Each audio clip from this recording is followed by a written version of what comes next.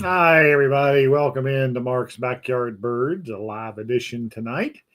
We are, again, I am flying solo. Melanie is not here in her producer chair beside me, and neither is Sophie. So I'm in my lonesome down here in the studio. But I do have a very pleasant surprise. There she is from South Carolina. I put her on a plane a month ago today. So get her. Yes, she's down in South Carolina with our daughter, who has been in and out a couple of times of the hospital, and a big. But she's feeling better today, and maybe coming home tomorrow. Is that right? Possibly. That's what we're hoping for Yeah. on the mend now, and then maybe I'll get my wife back. She'll be back here. So let's say everybody say hi to Melanie. All right. Hi.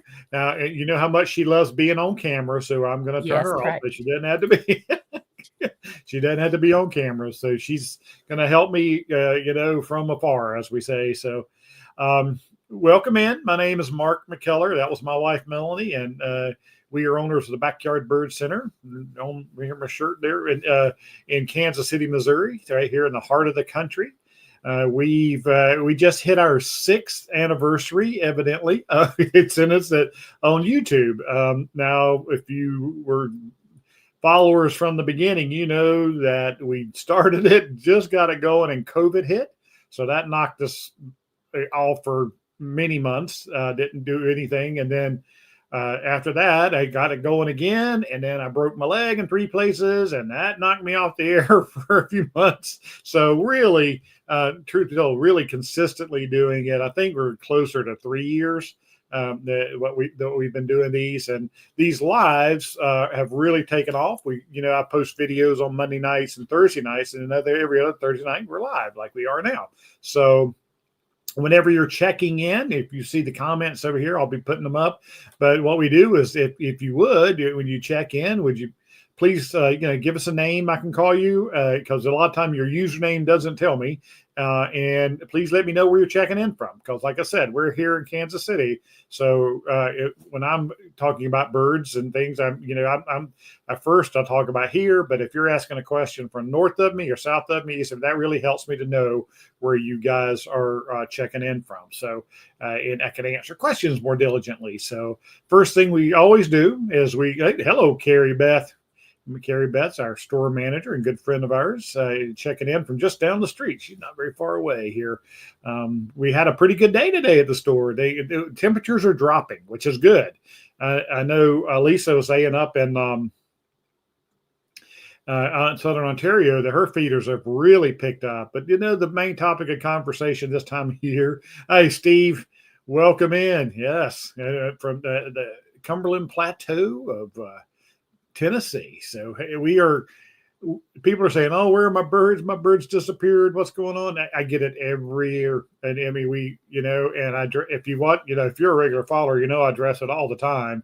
The September slowdown, I nicknamed it years ago, and really, the September slowdown really lasts through the end of October for us, mostly here in this area, and then early November is when we start to get a frost, and we get some freezing and thawing, and the seed falls to the ground, and so and then of course stress goes up. Right now the temperatures are still pretty mild, so birds can take their time searching for food. There's not a lot of stress on them. So but when the stress goes up, colder temperatures, and especially snow or frost, things like that, then they come back into feeders more regularly. So they go for that free, reliable food source. And if you've taken your feeders down during late summer, like a lot of people do, vacations, and then they just don't put them up until the fall, it may take them a little bit to find you again, but they will. I mean, we always talk about how we're on a circuit for them. That's what I was talking to a customer today, saying, "Oh no, because everybody worries that they did something, they replaced a board on their deck or something, and they were afraid they've done something to mess them up." No, you didn't. They're on a food circuit. They have natural food sources they're hitting. Your neighbors maybe down the block may have feeders they hit, and they work around, and you're part of that feeding regimen. Because remember, birds only get about 15% of their daily diets from bird feeders. Now, water, boy, You know me, I'm Captain Water, they call me. And then that is make sure you keep out that reliable water source, keep it clean. Somebody commented one time when I talked about clean water, he said, well, birds drink out of gutters. And I said, yeah, but birds don't poop in gutters a whole lot. They poop in your bird bath. So, clean your bird bath regularly and make sure you keep that source. And, we'll probably be plugging our de-icer because my bird bath has a built-in heater in it. And so we'll probably plug it in the next couple of weeks. Usually in early November is when I plug it in, and then it'll have it plugged in till April, depending on when the last freeze we have is. So getting ready for that. So with that, welcome in everybody. Let's go over here. And I think Melanie's doing some of the check-ins over here. Wow. Hi, Jim from Minneapolis. Welcome in. Yep. Oop. All right. Space Ghosts, are they from Northwest Arkansas? I like that logo. I was a Space Ghost fan when I was a kid. That's for sure. St. Charles, Missouri. Welcome in. Oh, sorry. No, I never clicking on the same time. I'm almost not clicking. From San Diego, another Southern California person. Welcome in, Dolly. Yeah. Hello, Ruth Simmons. Oh, he just got into the driveway. The Ruth closed the store tonight, and it's a trick because she lives about an hour away, and so they getting there and getting online. So she's joining us. Good. Welcome in, Northwest Louisiana. Praying for you and your daughter. Oh, thank you so much, Kathy. Yeah, I know it's been an ordeal. She's got a pretty rare autoimmune disease, and it when she has these flares, they're bad. Absolutely, yeah. 6 years. Hey, we also just topped 3 million views on the YouTube channel, and we just also I recently topped 20,000 subscribers. I've told you guys that. So yeah, the channel's growing, and it's all because of you guys. I appreciate it so much. Jumping in there and getting things. And hello, Teresa. She was on the bird hike this morning. We had a great hike today, folks. Smithville Lake is the magnet spot for waterfowl migration a lot here, and it really picks up about now. We go out there once a month, most months, and we were out there a couple of weeks ago, and it was dead. There was hardly any birds on the lake. Well, today the lake was loaded with birds. So we had 51 species and just thousands of Franklin's gulls and thousands of coots and mixed ducks coming in now. It was a wonderful day. Plus the weather was perfect. We had a little frost this morning. It was a little fog on the lake when we first got there, but that lifted. Wonderful, wonderful. If you're on my Facebook page, if you ever go to the Backyard Bird Center Facebook page, the list is on there of the birds with some pictures, and I'll post those after the hikes. Got that up today, so check it in. Let's see what we got. Oh, Melanie, are you still clicking there? Oh, Rick from North Carolina. How are you today? Yep. Let's see. Seth White. Hello. From Ohio. Excellent. Hello, Bill Trelk. I'm hoping Bill Trelk will be chiming in tonight because I know he's got a life list. Bill and I started birding together 33 years ago, and he and Ruth and I were one of my first birding friends here in the state of Missouri. All right, let's see. Where are we? Walt Moody, good evening Walt from South Georgia. Is that the Red Clay region you're down in there, I think, Walt? All right. Is that Carl from Rhode Island? Welcome. Yep. Hi, Justin. Oh, thank you so much. He gave us a bump. Yeah, excellent. Thank you so much. That's the extra support, folks. If you don't know about that, people who like the channel, like the lives, like the content, you want to help us to keep these things going, you can do a bump. You can give us, $5, $10, those kind of things, a gift source, and they really help to support the channel.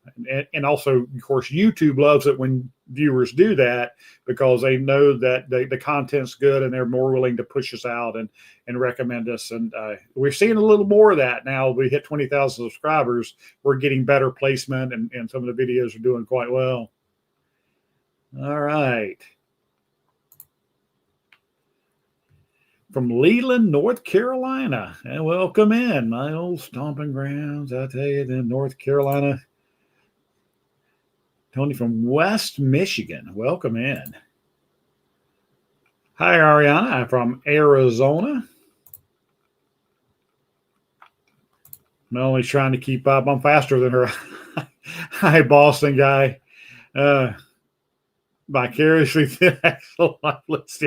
Yeah. I mean, and I hope we're going to talk, obviously that's what we're talking about tonight and how to keep up with it. And really, I'm going to talk about also how if you've just now decided you want to do a life list, but you've been doing it for a while and you get little scrap pieces of paper everywhere, a good way to go back and how to get caught up and get to a point where you can keep up with those milestone birds that we're talking about.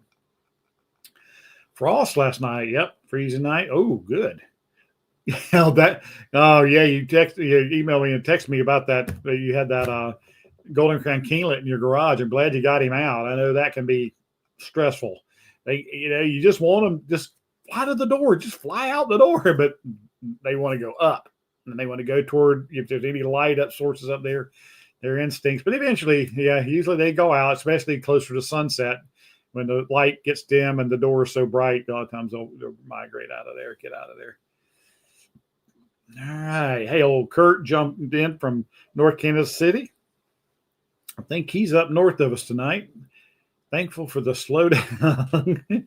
Oh, now you're tempting me. You are still only 2 pork. Oh, or 4 briskets ready tomorrow. Man, you have been on the grill or in the smoker, whichever way you're doing it. Excellent. All right. Hello, everyone. Pat from Kansas City. Welcome in. All right. Jay and Carol, both on the hike today, just up here north of us. Ooh, she's already jumping in with some of her milestone birds. I love it. We're going to get into that real quick here. All right. What we're going to do, I'm going to do a pause here, and we're going to start talking about the topic. And that is, of course, milestone birds. What does that mean? I know some of you do. I know a lot of you don't. But hopefully what we're talking about is the life list. The birds and life lists are just a list of all the birds you have ever seen in your life. And there are lots and lots of different ways to do it. And there are old-fashioned ways, just writing birds down on a piece of paper. There's books that help you. I've shown you this book many, many times. This was one I started with years ago when I decided to keep a life list. And one of the things it has pages where you can write the details of where you were and everything. You can write all kind of in the book itself, but they also have this real simple list in the back of the book, starting with number 1. And I have Northern Cardinal as number 1. And then you go and you list. And that was how we did it in the old days. There weren't computer programs whenever I started this. Now, a lot of my friends did that very thing on an Excel spreadsheet. They just created an Excel spreadsheet, and and if you're getting late started, like I promised, if you like I did, I consider myself, I started bird watching in the summer of 1983. That was in college, when I was my junior and senior year, but I didn't decide to do a life list until later than that. So when I did finally decide I want to keep up with this, and I bought this book, I had to go back because of birds that I knew I had. And then I started by listing the birds I clearly remember from my youth. And that is, cardinals, everybody thinks, but one of the first ones I remember is my mother had a pyracantha bush in her front yard. And there was always a northern mockingbird sitting on that bush. So one of the first birds I ever learned to identify and knew it very well. And so that had to go on the first 5. And I remember red-headed woodpeckers that nested in our neighborhood and seeing them all the time. And, bob whites here. So I just picked just a handful of those that I knew I had seen from my youth, and they became 1 through 5 or 6, whatever. But at that point, I said, okay, no more. I'm going to start with the summer of 1983. And I started and putting in the birds that I had to learn and knew I saw in the summer camp program that I was in, where I had to start learning bird songs. And so I started listing those. And then we went on field trips in ornithology class that next semester. And I had field trip lists that we went on in college, and I kept lists on those. So I took those and I transferred those into the book. So I built my life list like that. And then once I kind of got caught up, then it was easy. Every time I saw a new bird, I wrote it in the book and entered it. And it is a great way to keep up. And I was going to show this. This is a modern day version of this book here. This is David Allen Sibley's, and it's basically the same concept, everything, as the book that I used years ago. And I got Melanie put a link in, and I've got it in the description below. I only have one copy right now, but you're definitely going to be getting more. But if you're old fashioned and you just want to write things down, this is a great program. So this is a program. This is a great book, but it got to be crazy because birds change, and they change. They get split into 2 species, and you get some of them get split into 3 species, like the vireos and the old solitary vireo company. Well, what do I do? And so what I decided is I had to go to a computer program. And I invested in, and I still love it today. This is my go-to program, and I know Ruth uses this as well. And so if I can't get the thing to slide down right, okay, this is the program that I use. Hello, Melanie. The Birder's Diary, a great program, and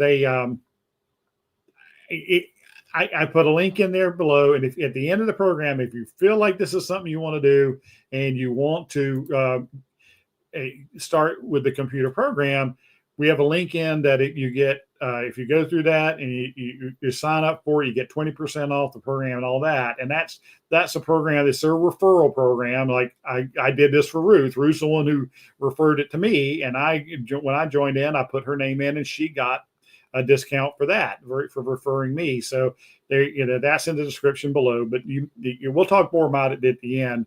But that's how I keep my life list now. And it keeps up with me for the changes. Whenever birds split, whenever they lump together and I lose a bird, that does it all for me. I don't have to go back and erase anything out of a book or anything like that. So just a thought on that. Okay. So milestone birds. Milestone birds, when you're keeping a list like that, are, and please chime in. Like I said, I know I'm going to make trouble keeping up, but what was your first bird you ever saw? It was if you can remember that far back, that is certainly a milestone bird. But most birders keep up with like number 50. Number 50 for me was I'm sorry, that was the wrong picture. All right. I don't have my producer with me. All right. My first number 50 bird was an Eastern Meadowlark. And that was, again, that first summer that I really started birding, and I learned to identify it. And that's the other part of this. Everybody has their own criteria for counting birds on their life list. I know Jennifer's mom that I'd birded with for years. She was she would not add a bird unless she saw all the field marks that she wanted to confirm it. And where other people will, if Mark says that's it, then I put it on my life list. It's up to you. If you saw the bird, and you can count it on your life list. Life list is a very personal thing for sure. But if you want to make sure that you can identify it on your own, then you add them much more slowly that way, but bravo. And that's a great way to learn birds. So I'm looking on there. How many of you, I'm looking at, trying to look through here. Did anybody have a number 50 on your life list that you kept up with? I know you guys are going back and forth. Yeah, yeah, I know. Whenever I switch that screen, Melanie pops up on it. So, okay, well, there you go. And now, this is a screen where Melanie doesn't have to keep primping her hair. No. All right. Well, this is number 50 for me, and early in my obviously early in my bird watching days, and then when I got been doing it for a little bit longer, and again I think this was from ornithology class field trip. This is a northern harrier, and this is life bird number 100 for me. So again, in college, whenever this bird was seen on a field trip that we took out to Eastern North Carolina at Lake Meadowlark out there, and that was a bird we saw on that trip, and that was bird number 100 for me. And then working on Fort Bragg, after I graduated, and again, the life list was growing. My life bird number 200 was a Kentucky warbler that we found out doing a survey one day, and I heard it calling, and we were able to get a good look at it. So that was life bird number 200 on my life list. And then we moved to Missouri. And we were at a naturalist meeting over in St. Louis, and one of the volunteers there had nesting Eurasian tree sparrows in her backyard. So we went over to her house, and this was life bird number 300 for me, the Eurasian tree sparrow, which that picture was on What's That's Bird post one not long ago. Not the house sparrow, the English sparrow. This is the Eurasian tree sparrow that nests and was introduced into St. Louis and has hardly ever expanded much beyond that. So we've had a few of them in Kansas City now, but it's still very restricted to that area. So that was life bird number 300. Oh, I got to get to that one. Hold on a minute. Tell me, Bill, is that the red-naped sapsucker? Bill's with me, and Bill saw it first. He said there was what would have been the first state record of a red-naped sapsucker in the state of Missouri. We were had a group of teachers on a hike at Burr Oak Woods when I was assistant manager there, and this bird flew up, and appeared to be a yellow-bellied sapsucker, but it had big red patch on the back of his head, and so we reported it, and people came out. That was a red-naped sapsucker. Now, officially, it did not count in Missouri because it was decided that it couldn't definitively be ruled out as a hybrid. So people that came out and saw it, they enjoyed it. But if you're an official lister and you're comparing your life list to other people, that bird can't count toward the number you've seen in Missouri and things like that. So, yeah, I was just wondering if that's the bird he was thinking you're referring to there. So, all right. All right. What's this one? Tyler from St. Clair, Missouri, saw 23 different species in the backyard this morning. That's a good morning in your yard. Absolutely. 23 species. I love it. All right. Well, that was bird number 300. And bird number 400 was a few years later on a trip to California. This is a pigeon Guillmot, an alkid, the first alkid I ever saw, which are the murres and the oceanic birds that nest on the rocks and big cliffs. You've seen them, these nesting ocean birds on these rock faces and the little crevices and things like that. Well, pigeon Guillmot was my life bird number 400. And that was, like I said, in California where I got that life bird. Now, and then a few years later, I was leading a tour up in Maine.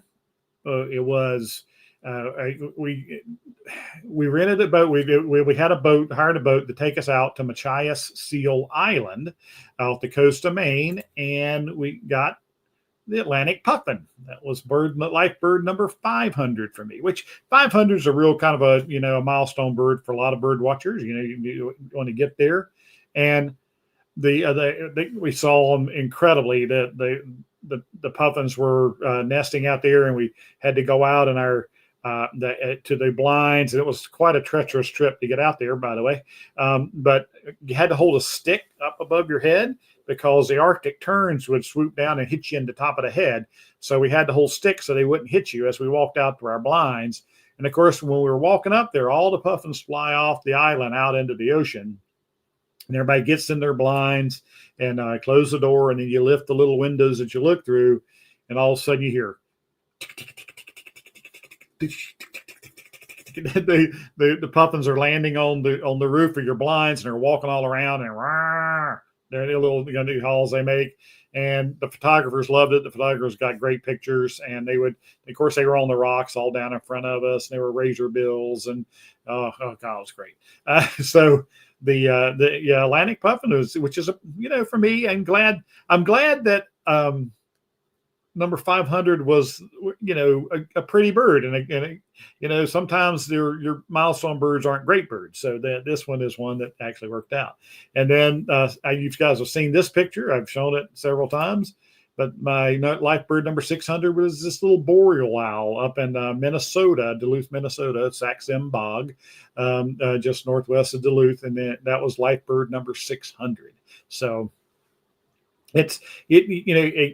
again, it's obviously a big part of my life, and all of these life birds have stories to them for me, and I hope that for you. I've always told you it's a big goal of mine to get people out beyond the backyard, get out there and search out, and and I know I fully understand. There's people who say I don't want to keep a life list. I think that would take away from enjoyment, and that's fine.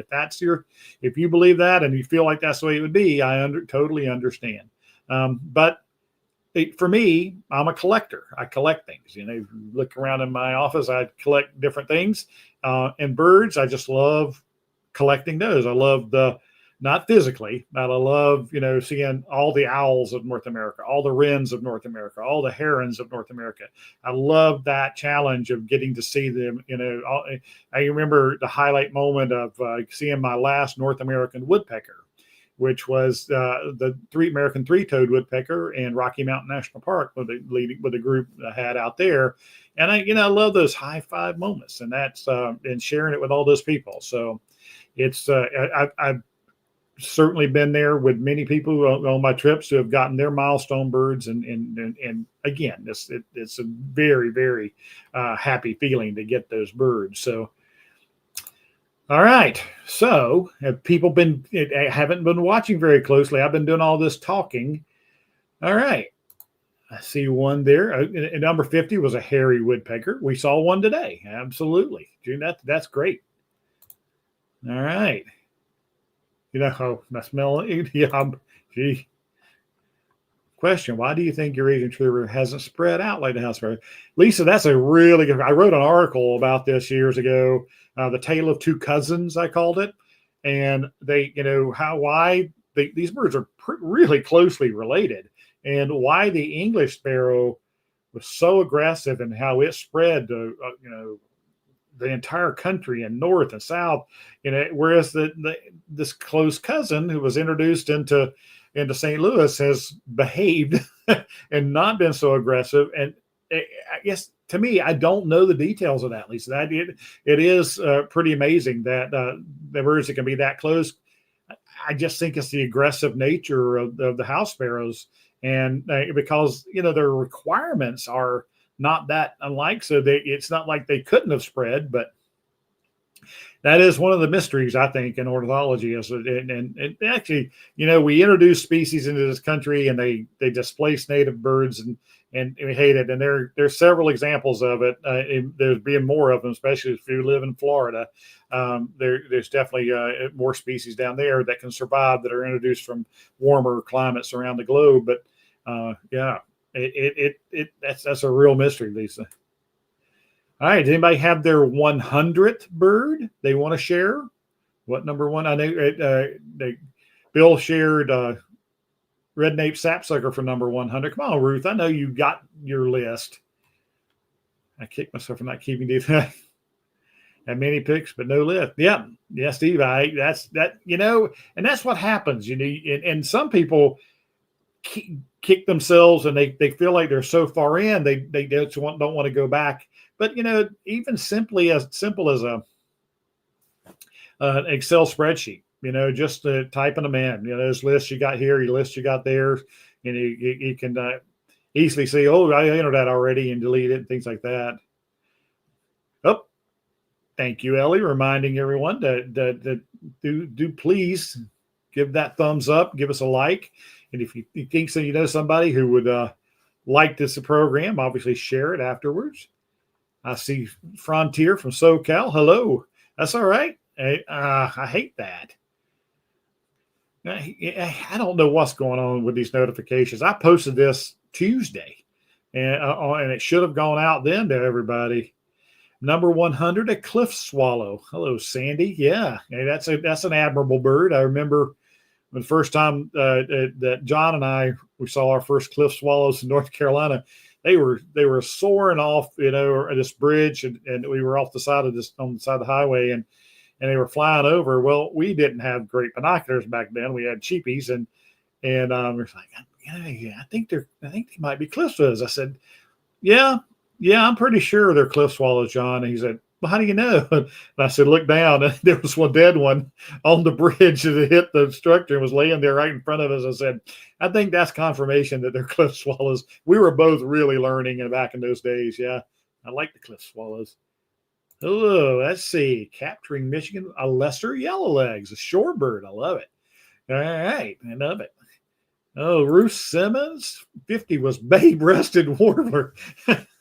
Oh, I remember that hike back at Burr Oak Woods.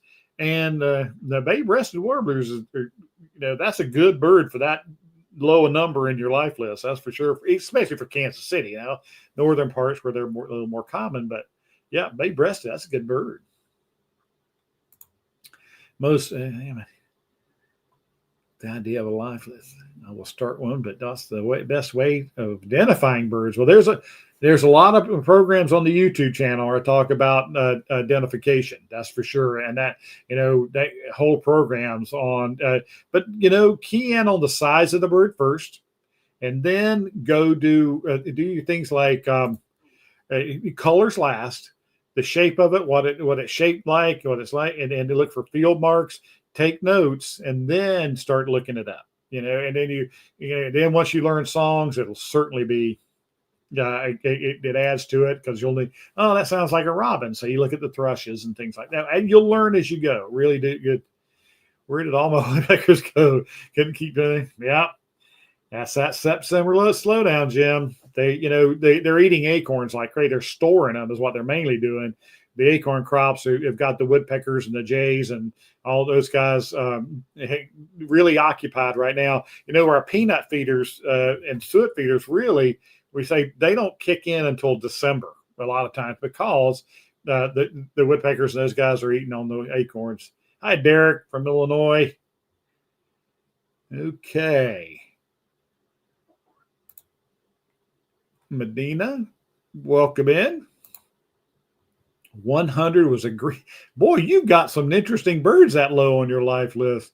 Ruth, green-throated carib, a hummingbird down in St. John's while she was on vacation down there. That's a notable one from Tennessee. I see there. Yeah. All right. I hate that. We keep checking into that. Frontier, I'm sorry, I didn't know. It should have. So StreamYard is connected to both Facebook and YouTube. And as soon as I put the program up, description and everything up on, which is usually on Tuesday, maybe Wednesday, it's supposed to send out a notification to everybody at that point. And then it sends out one like an hour before we go on the air. And I do not know. Melanie has researched this a little bit. So maybe she can do some more research. I apologize. All right. There you go. Teresa, we asked about this today. Okay, I'll do a quick lesson. All right, let's bring it up. No, that's not what I wanted. I want there it is. All right, how do you tell the difference between an Eastern and Western Meadowlark? If the song is by far the best way, they sound very different. The Eastern Meadowlark, and then the Western Meadowlark is much more bubbly. So, but visually, like we saw those today in winter or late fall, and they weren't singing, and I immediately could tell they were Easterns. And this mainly has to do with the malar, along where the yellow throat is. The in Western Meadowlarks, that yellow bleeds way up on the cheek, up under the eye, whereas in an Eastern Meadowlark, it's a very clean demarcation between the gray of the face and the yellow of the throat. And if you've got good binoculars and you're close enough, that's a good way to tell. Now, there's differences in the number of outer tail feathers and the white, but that's really tough. I mean, you got to get really good looks at it. But the yellow is really pretty dependable. And then again, learn the chips and the sounds they make because those are both different. All right, an Eastern Phoebe was number 50. Good, that's great. That's a good early bird. All right, hold on. Blue-gray gnatcatcher, number 50. I like it. So how about, and some people said 50, have it number 100. Have we done 200 yet? Have anybody got a 200 bird they want to share?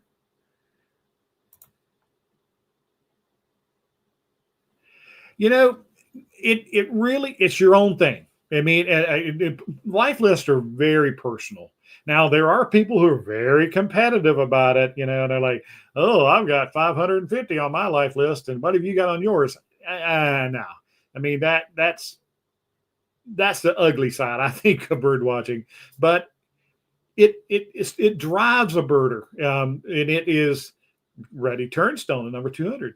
When you start bird watching, and usually your goal is, I'd love to see more birds. I like to see more kind of birds.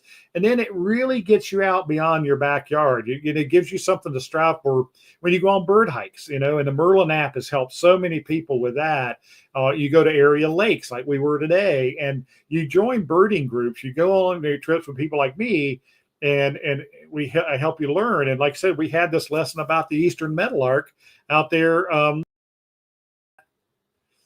I'm sorry, I'm trying to click things around. But I tried so many teaching moments whenever we're on a bird hike like that. And good bird leaders are that way. They don't want to just say, that's this, that's this, that's this, that's this. They want to help you understand why that is that bird and what are the key features to look at. And then hopefully the other people in the group, especially the more experienced ones, want to help the newer people. And again, it's up to you. If you don't want to keep a life list, and there are many people I've known that, didn't want to do that. And I hear so many people go, I think I've seen that before, but I can't remember, and that's the life list helps you keep up with that if you write things down and keep up with it. So some of you guys can chime in as to why you like keeping a life list. Okay. Oh, Canada Warbler. Who said that? I'm sorry. God, I'm sorry. Capturing Michigan. I love it. Number 2, Canada Warbler. Yeah, that's a really good bird. Yeah, the migration. We don't see them, but about a window of about 2 weeks here in Kansas City when they're moving through in the spring. All right. Let's see. This isn't my 200 yet, but I will just started birding. Nice. Yeah, I didn't realize it was that short a time. Never gone on a real birding trip far away from my county. Yes, and that's how it starts. Like I said, when I got started and I got in college, and like that prairie warbler got me hooked, and I wanted to start looking. And I took the field guide, and John, my friend John, was my mentor and really got me going. I'd say, turn to the book and say, where have I got to go see that? Painted bunting on the first birds everybody wants to go see. And John said, we just got to go down to the coast, and there's a couple of really good spots down there. And so what do? We planned a camping trip, got in the car, drove down to the coast. Well, found painted bunting eventually. So and then that gets you going a little bit further and a little bit further. And like I said, if you get in with a group, and I know, Sandy, there's got to be some really good birding areas around you that maybe some of the Audubon groups and lead trips to, and get in one of those groups and go out there with them. And one of my pieces of advice always is bird with people who know more about the birds than you do, because it's just like when I play tennis, you always want to play somebody better than you, you could grow. And so then birding is the same way, and be around people that are as enthusiastic about it as you are, and or get you motivated like that. So, all right. How about number 300? Anybody? What you may got 300 that want to share? Keep going on here. What was my 300 bird? Oh, that was the Eurasian tree sparrow. That's right.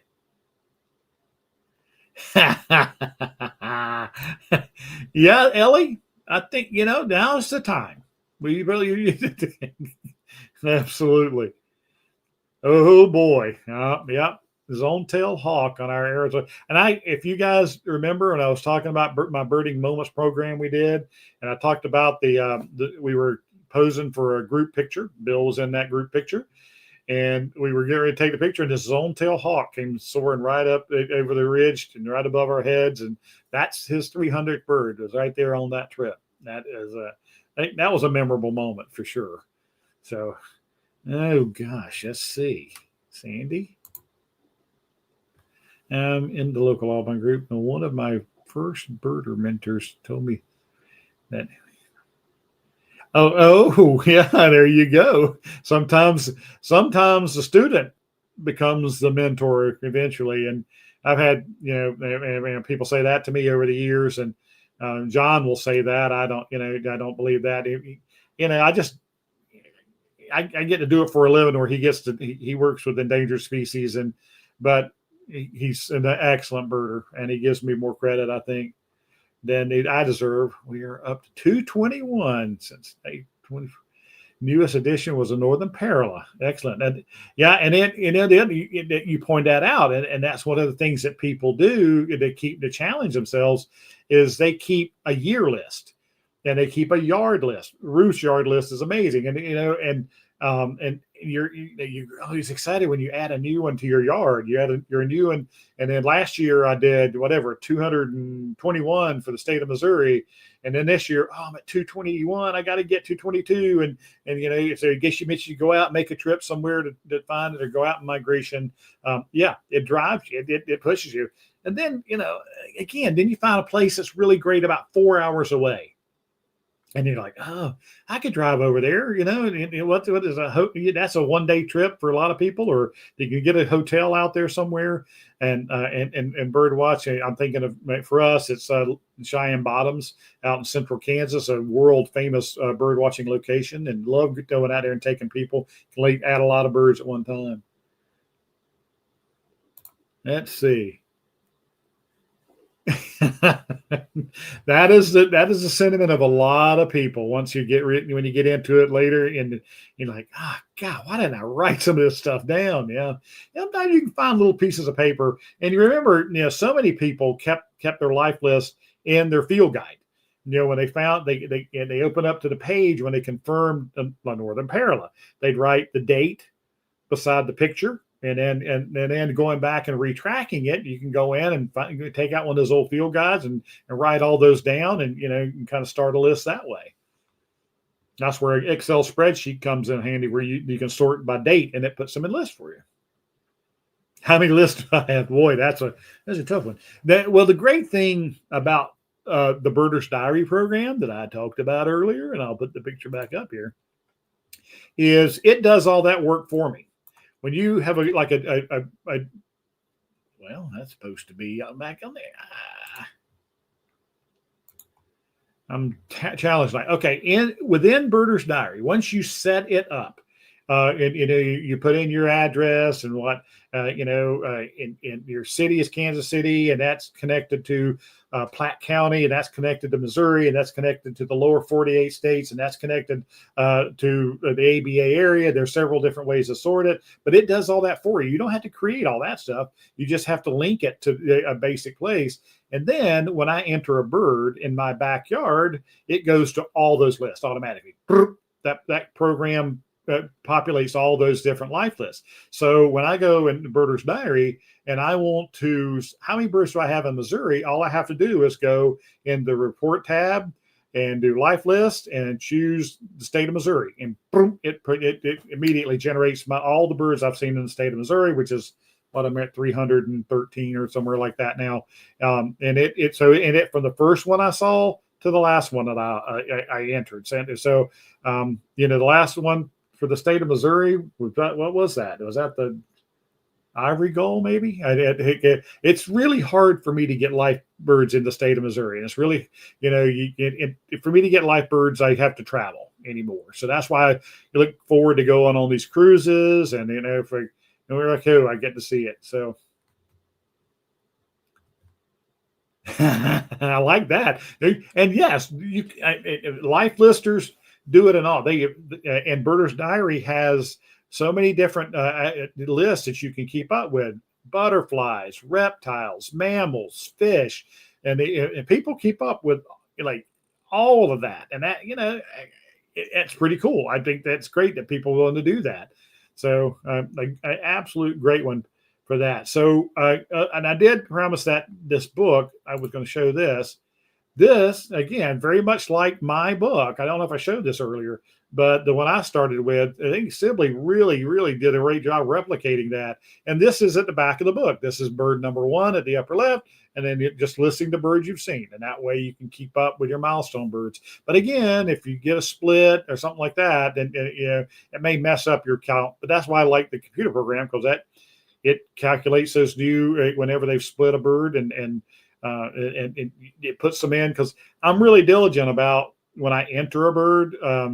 I know that there's identifiable subspecies that it may get split eventually. I enter that subspecies, and that way the computer program does it as soon as the official split comes out. And then again, I'm serious. I've done this for 40 years, so I love it. All right, let's see. To list.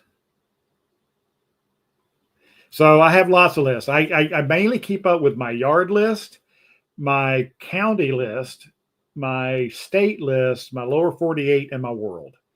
That's the ones, but I can sort it by any way I want to, the way the computer program's set up.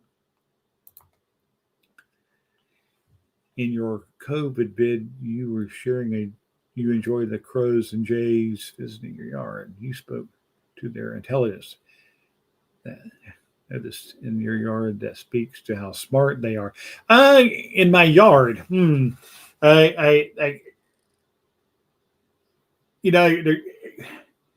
I'm not sure in my yard how. I do they nested in my backyard last year, and it was really obvious to watch how sneaky they are and smart they are about hiding their nest, and how when they come into the nest, they sneak in. They don't come flying right in and sit on the nest. They come into a more distant tree, and then they start hopping.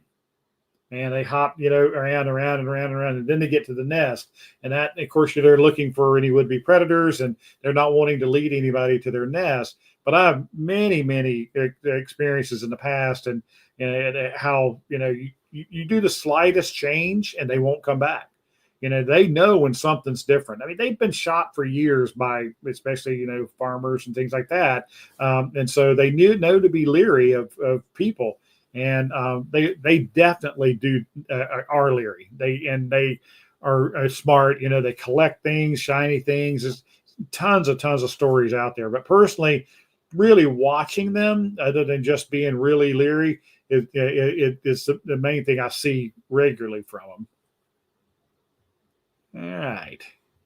Okay. Did we do number 500? Or where were we? Do 400? Have we done 400 yet? Anybody got 400 they want to share?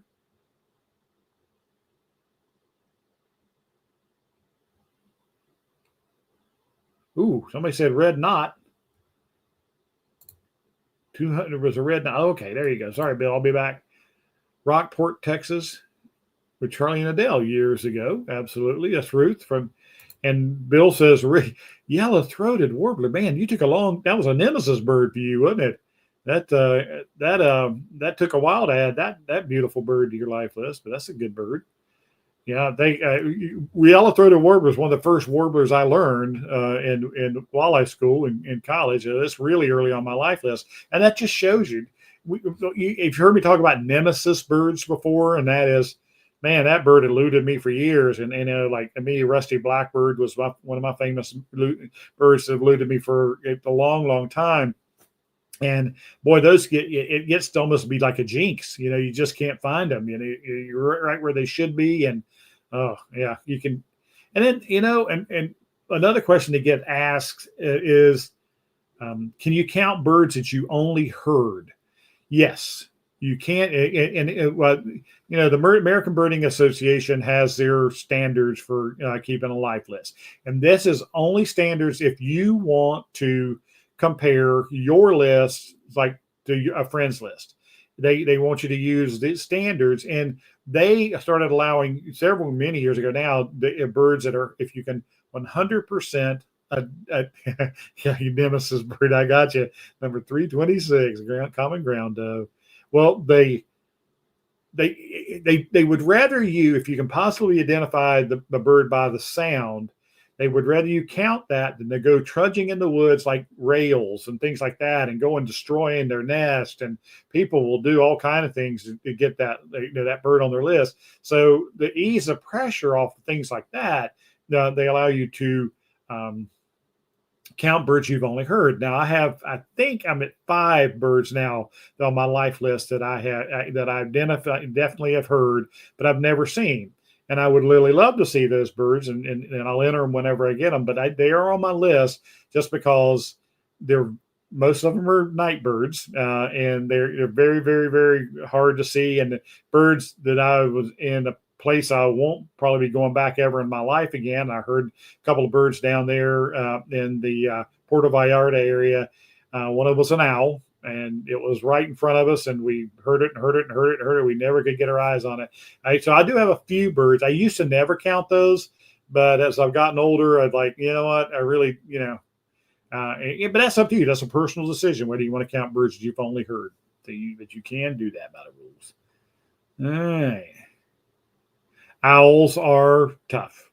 It takes a long time to, I've heard screech owls for years, and I finally saw one when we moved to Missouri. Is birding here, and a blue jay led me to him. But yeah, owls can be tough. And that's right. Exactly, Ruth. I mean, that's a great, great point.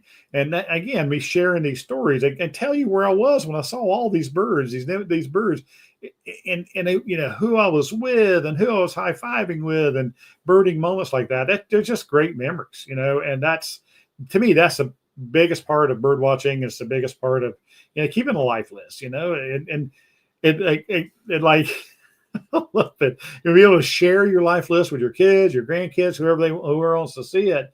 And Dana, about the journaling program, about a month ago, she said, she realized everything she has is written in cursive, and she's afraid her grandkids aren't going to be able to read it. So that might be something. If you're going to put them in a list, don't write them in cursive, because if you want people to see it later and all, that's all right. The magpies in my yard are, yep. They're all members of that corvid group. The crows, the jays, the magpies, the ravens. They are super sneaky. The ultimate color, yeah. They are. They're very, and they're colorful. Blue jays are colorful too. They're members of the corvid group. But you're right. Yeah, the magpies. I like the magpies, and believe me, magpies are hated by a lot of people. Don't cut Herbert. The county reviewer won't allow my black rail sighting without a pic. Huh. Did you get a recording? Yeah. Oh, no, it was a sight. You did see the black rail, but he won't. Yeah. You know what? That's why your life list is your thing. And, you can put it on your life list if you're, and that's one of the reasons why I hear a lot of people say, well, I keep my list on eBird. Not me. And that is because of that very, very story right there. I'm 100% confident. I heard the black rail, I saw the black rail, but a reviewer they won't accept it. So it doesn't go on your list in eBird. So no, I don't believe in keeping my life list on eBird. I know many people do. And if you do, that's great. But no, I have my system, and I trust my system. Yeah. All right. Open tree feeders on patios, mirrors. Yeah. Oh, no. If they're house sparrows, that only counts once, Ellie. That's for sure. I go, year to year and things like that. It's mostly all birds that I have photographed. Now that's a different kind of life list. Yeah. Boy, that's a life list that I really admire. The people who have photographed so many different birds, Sandy. To me, that's really admirable. And I know you guys have a system. I know most people I know, like Brian, they have a system where, they end up creating folders for each of their birds, and they have their first bird in their folder is what they consider their life photo. And that life photo keeps changing because the one they take a year later may be better. So it goes to the front as being what they consider their best photograph of it. So yeah, that's another life list. I just don't have that because I'm not a photographer, but I really admire that. All right. Yes, taking the field notes is really important. I talk about I love it. I haven't thought much life. Just thinking. Yeah, Taylor, that's it. That, like I said, just like Sandy said, and that is, like I said, that's a very respected life list among birders because we know how difficult it is to get pictures of many of these species that we're talking about. Great hornell, and it's a subspecies. Yes, in the desert Southwest, that's where you see those. I saw one in Arizona many years ago. Man, that thing was light gray. It was on a nest up in a. It was in a tree. It wasn't in a cactus. It was up in it. But yeah, that southwestern form of the great horned owl is a noted subspecies. I'm sure that you can find the name for that on the internet. Look up great horned owl subspecies, and it will bring them up. We have many on our property, but yeah. Yeah, the earwax wings, as common as they can be hard to create. We had a big flock fly over this morning. They were doing their tumbling flight over our heads, and they were headed out. They came out of a tree, and we didn't even know they were in that tree. There was a bunch of them, and they came flying out, so we got looks at them at them in flight. And then sometimes you'll be where you least expected, and they'll land in a bush right there at you, and they're like, "Oh my God." You never know. That's one thing that makes birding great. All right, absolutely. Have we done 500? Anybody got 500 on their life list? Oh. Where are we? Barely see.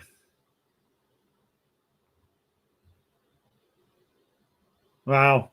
Yeah. They are house finches are out competing house sparrows in many areas, Lisa. Their numbers are down. People won't think about it feed birds a lot, but yes, the house finches do in some areas are displacing them. Last bird, 464. And Bill, you reminded me, that is my last North American bird, was the American flamingo. It was my last lower 48 lifer.